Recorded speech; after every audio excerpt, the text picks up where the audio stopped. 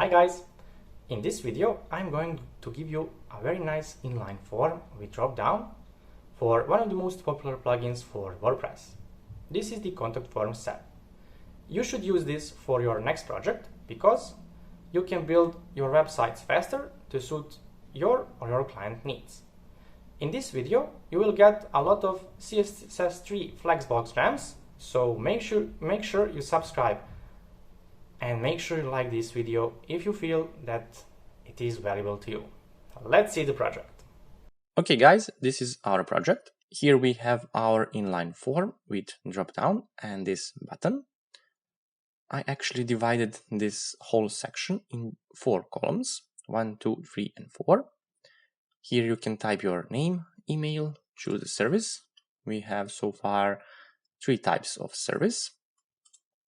And this button to submit our form, and beneath all those 4 fields we have one word. Fields with asterisk are required. This orange asterisk here, and there. Let's see the responsiveness. Our form is mobile ready for the all screen devices. Let me show you. Nice and smooth. Probably I will add a little bit padding here for the screen devices less than, I think, 663 pixels. A little bit top padding for this third field. Okay guys, with that being said, let's go. Okay, here for this tutorial you need to install the Contact Form 7 plugin. You can find it in the WordPress plugins repository. Okay, I already have done that, so let's go and create our form. Click here on Add New and type the inline form with drop down 2. This is the name, and here I'm going to paste all my code for this form and I will explain to you. Here we have the div with class of custom form, which unwrap all these fields and button. Accept this paragraph here for asterisk are required text. Okay, here we have the div with class of name, which contains the label for name, the span for asterisk, and the field for name. This is the first div. This is the second div with class of email for email field. Then we have div for the services, and this is our services.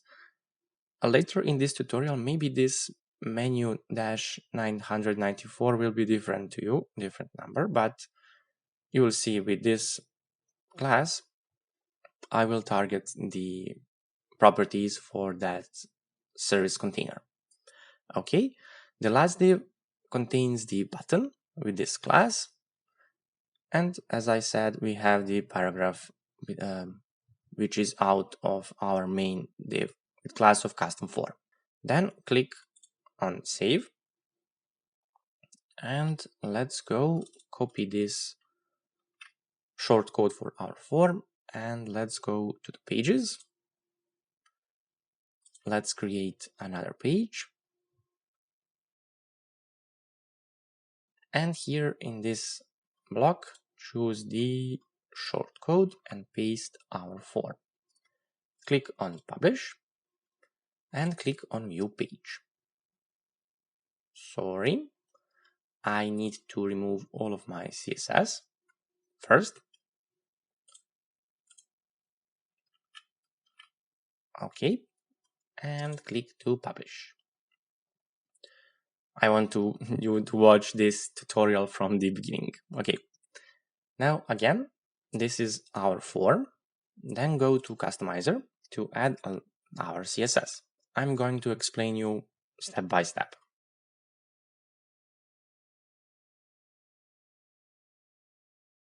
First, I have added the padding left and right for our divisions, and for our main form, custom form. This give me a second.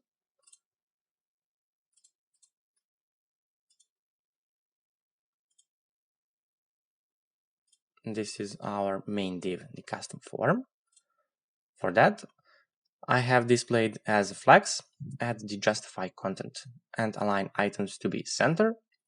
And I will I give it the width of 100% and flex wrap. I enabled that to be the wrap. Okay. Next thing is the custom code for other stuff. Let me show you further. Here we have the custom form. Actually, we have selected this WPCF7 text and select fields, those two fields and this third field.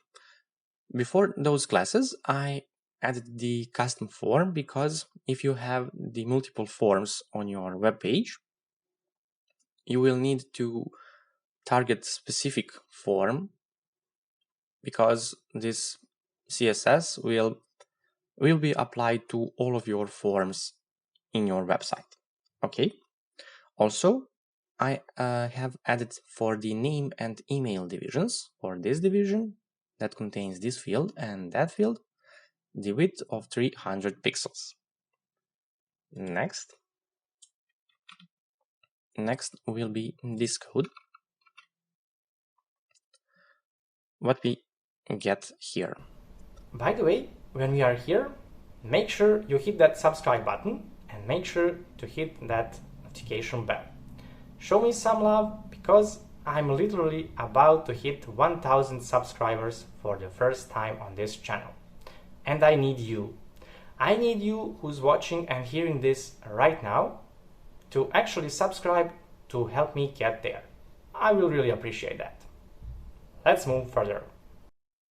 Again, the class for the custom form for the main div, and menu 994 is the menu for this field here. I give it the 280 pixels width, margin top 8 pixels, padding top, right, down, left, and border radius. And here I have targeted our button with margin top, width, and background color. What we have next? Okay.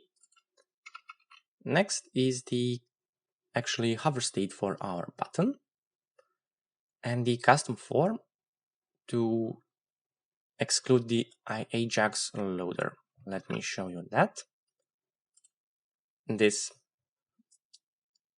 Just paste this code. Again, I'm going to paste the other chunk of my code. Let's make some room here. Paste it. And what we have here. Again, I have changed the output response with border none and font weight to be bold. But why I have this orange line? Let me inspect.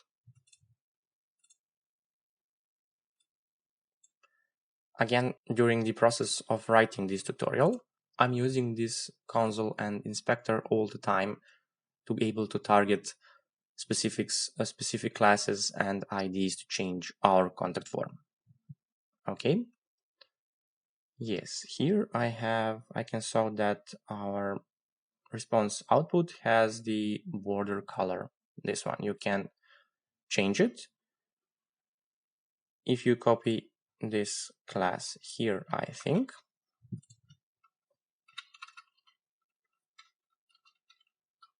and type the property border color,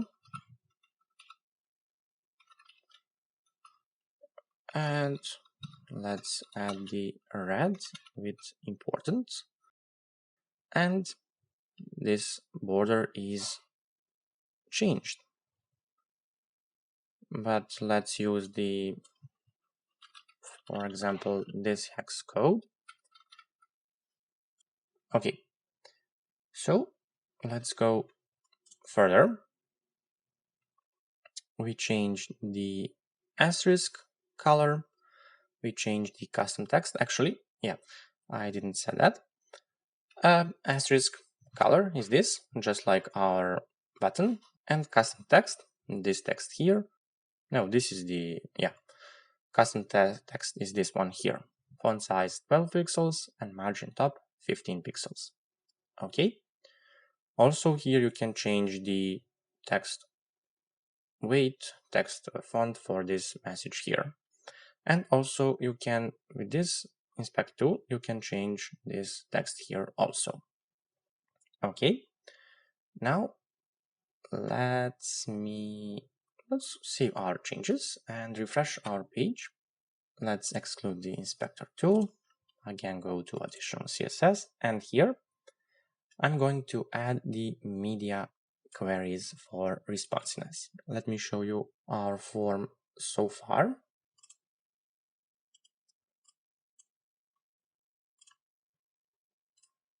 Okay, for the large screen, everything is fine, but for smaller screens, we have problems. Or we don't. Yeah, we have here problems. And there. Okay. Now I want to change it, to fix it. And I'm going to apply all of our code. All media queries.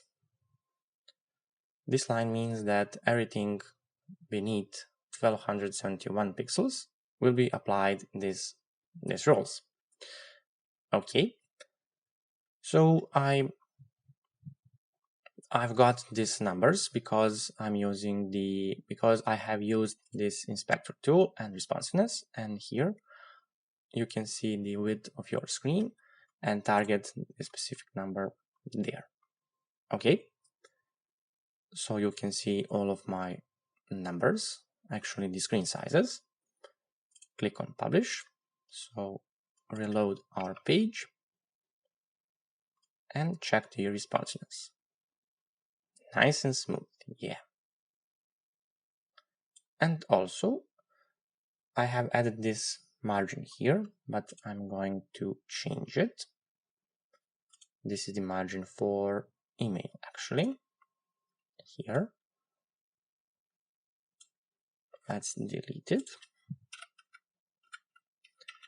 And put in another line. And I'm going to add the margin bottom of 10 pixels.